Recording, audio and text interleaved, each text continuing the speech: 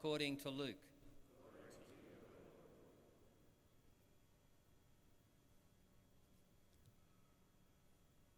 Jesus came to Nazareth, where he had been brought up, and went into the synagogue on the Sabbath day, as he usually did. He stood up to read, and they handed him the scroll of the prophet Isaiah. Unrolling the scroll, he found the place where it is written, "The Spirit of the Lord has been given to me, for he has anointed me.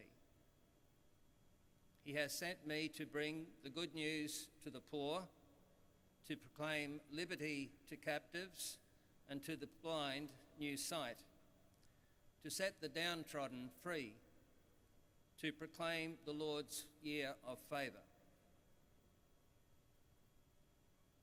He then rolled up the scroll, gave it back to the assistant, and sat down.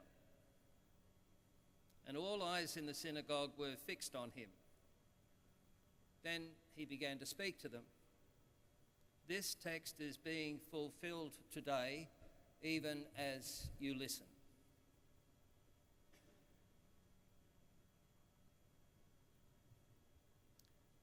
The Gospel of the Lord.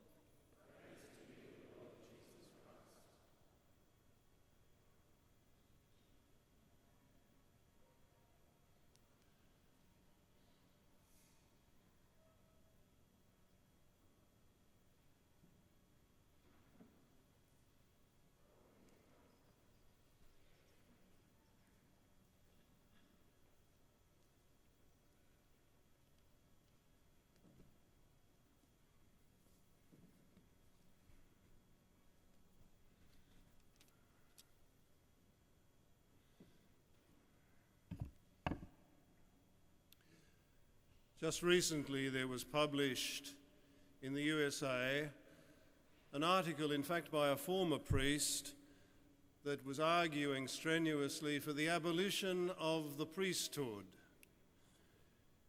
Now, the call to abolish the priesthood is not new. It's been heard in various forms, at least since the Reformation period, because some of the Reformation communities did indeed abolish the priesthood. The reasons may be new, but the call is not. New reasons there are, perhaps like the sexual abuse crisis, which is sometimes called the clergy abuse crisis, though in fact statistics would suggest that abuse in the church is perpetrated about 30% by clergy, 30% by religious, and 30% by lay people. You can make up the additional percentage in any way you care. So the reasons may well be new, but the call to abolish the priesthood is not. Now, the form of the Catholic priesthood has changed dramatically through time. Here I state the blindingly obvious. It has changed, it is changing, and it will continue to change. What the Catholic priesthood will look like in 50 or 100 years' time, I have no idea. Nor do these men who sit beside and behind me. But that it will exist in some form is certain. If the long history of the Church teaches anything, it teaches that lesson. In other words, it's the lesson of history. And here today we take history very seriously. We celebrate a lot of it in the years of service of these men.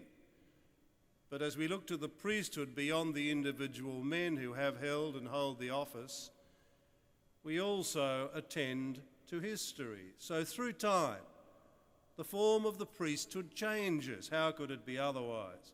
We don't inhabit some kind of timeless bubble, though at times we may wish we did. But here this morning, we're not indulging in a call to abolish the priesthood, we're here to celebrate it. And why not? Not just celebrate its changing forms, but something deeper and stronger and more enduring. In other words, we celebrate here this morning in the Cathedral what has not changed, and in fact will not change. So what I offer here in the word I speak is both remembrance, and prophecy. Because you see, there is something in the Catholic priesthood that has its roots in Jesus Christ, not just in the flow of history, the pressure of time, but in Jesus Christ crucified and risen, who is the same yesterday, today, and forever. And if we did not believe that the Catholic priesthood at some deep point thrusts down roots deep into that Jesus Christ, then we would have nothing here to celebrate. So what does endure yesterday, today, and forever? Well, first of all, it's the call of Christ, without which none of this means anything. Christ calls a priestly people. We've heard it from the prophet Isaiah and also from the seer John in the book of the Apocalypse. You will be named priests of the Lord.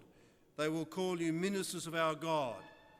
Here the prophet is speaking of the entire community of Israel, the chosen people, not just of some, but of an entire community who are called priests of the Lord and ministers of our God.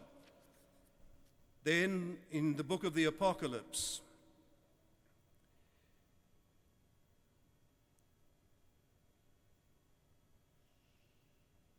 priests to serve his God. He has made us priests to serve his God and Father. This again is a word addressed to the entire community of the baptized. So this is a priestly community that the power of Christ, the blood of Christ, gathers together from out of the world. But from this community, Jesus Christ himself, as he has always done, chooses leaders to gather the people and to focus them upon the truth of who they are in the mind and plan of God.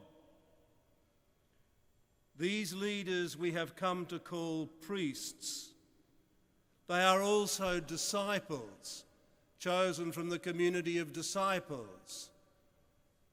And to have the priesthood without discipleship is absurd and in the end destructive. So priests chosen from a priestly people, disciples chosen from the community of disciples in order to be what we call in our Catholic speak, sacrament.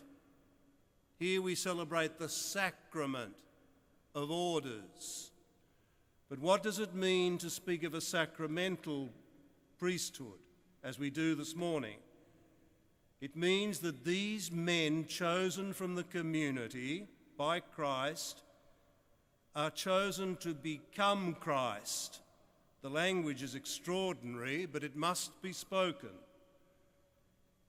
Paul says in Galatians 1, when God was pleased to reveal his Son in me, not through me, but in me. Paul says, I become the revelation.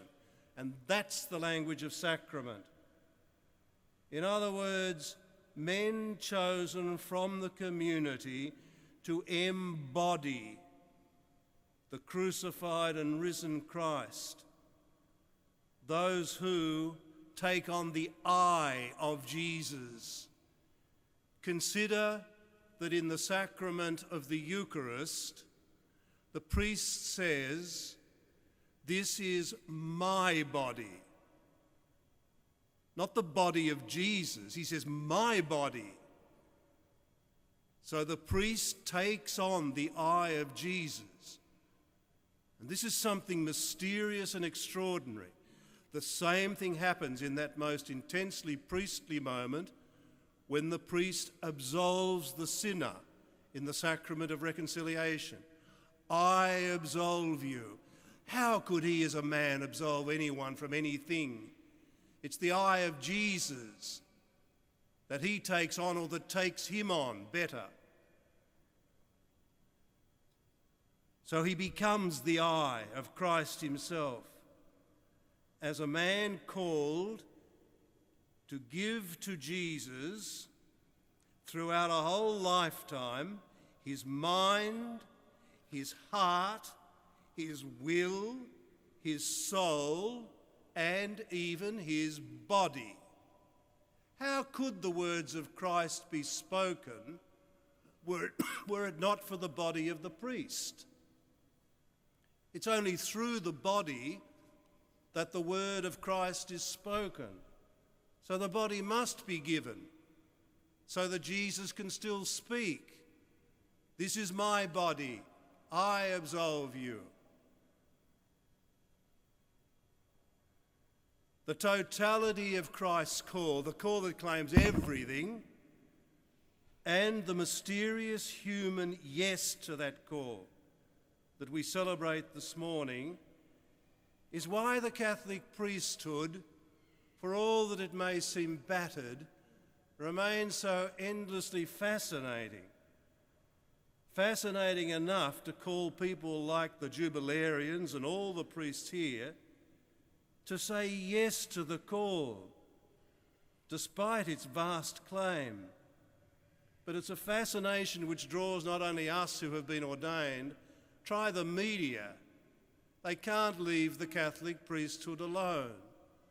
There is some deep fascination, and that itself has deep and powerful roots, and the roots touch into Christ crucified and risen.